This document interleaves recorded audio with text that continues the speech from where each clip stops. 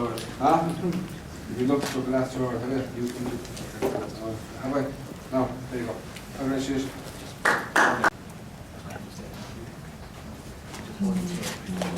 All right.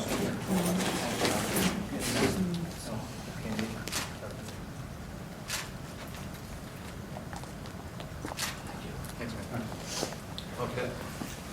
Well, I think I know everybody in the room, so I don't think introductions are needed as such, but even by my own long-winded standards, I'm going to be extraordinarily brief here tonight. Maurice has basically outlined everything that the Chamber does and will continue to do, and I suppose the reality is a lot of that goes unseen, as he alluded to. The Chamber has a long checkered history, certainly longer than I can remember, and over the years has done some, undertaken some immense projects and delivered some enormous results for the town. And I suppose in my involvement in the last 6 or 7 years in the Chamber, I've seen the dynamic changing altogether. I mean, where once the Chamber was purely a lobby group and a group that fought hard for things, a lot of those things have been delivered. I mean, Michael Moore will always talk about the power line that he delivered to Westport. Actually, he did. Which you did. There's a new rollout of broadband coming up very shortly. Only yesterday it was officially announced about the link of the water from Shra to Westport, which has been ongoing for the last 20 years. So like a lot of this capital infrastructure has been delivered to the town. The town is progressive, and behind the scenes, I mean, the Chamber is only one of many organisations. I suppose Westport Town Council do lead the charge on most things and have to be credited for that.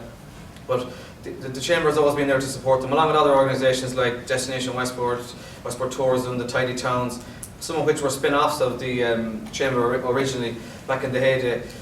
There's not a whole lot to say really. I suppose I see myself the attitude of businesses in the town has changed a lot.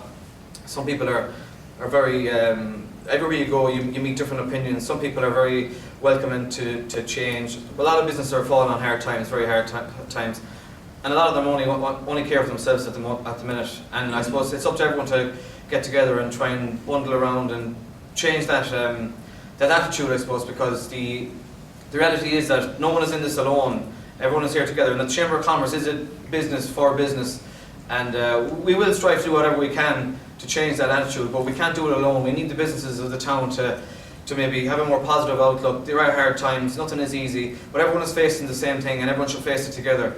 And that's what the Chamber is here for, as well as lobbying for all the infrastructure, to hold the rates and this and that. Really, we need to kind of change our outlook and be more positive. There is no strategic plan in place, as Maurice said, for the Chamber, but there will be one, and we're going to take it a day at a time initially. But before long, I hope there will be some new initiatives to continue on the good work that Maurice and Danny before him have done, and to bring a new emphasis to the Chamber.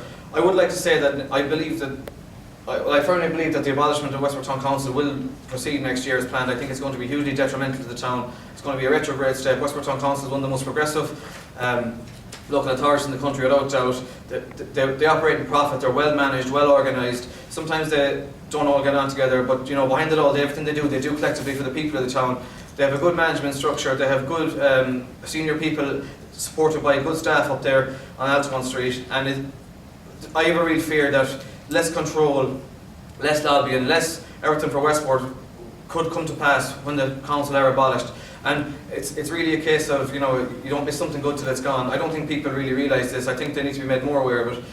I mean, this isn't a political speech by any means, but I know from, even in my short time involved in the Chamber, that the Chamber could not operate successfully and function properly without the support of Westport Town Council. It is extraordinary. It goes unseen. It sometimes maybe goes unthanked. It's across very many strands, from financial right down to administrative, to actual manual physical support on the streets. And I know that the Chamber provides a lot of support to the Town Council indirectly through people like the Tidy Towns, through the Community Employment Scheme and all that. So there is a kind of a mutual relationship there to be maintained. But really, I feel power over major issues like rates will be lost. There could be a county rate struck, which will likely be a lot higher than the rate in Westport Town at the minute. Where are people going to turn to then? Well, it's going to be the Chamber of Commerce, because there's no one else to turn to. There's going to be 7 councillors from an area between Leenan and the north of Belmullet and they're not going to have time today for dealing with every business people in town. So I suppose in that regard, I suppose the Chamber will have a renewed emphasis, and it's going to be very important that we're here and that we're stronger than we have been. I have to be honest, in the last few years, and it comes in swings and roundabouts, I feel the Chamber has been in a bit of a lull. A lot of business people are sceptical. They don't want to know about lobby groups, or they don't want to know about organisations. They just want to bat their own for themselves, for their own side, and keep our lit, I suppose. But we need to be there now for them, and they need to, I suppose, recognise that and accept that, because without the Chamber, there's actually going to be no one to fight their corner.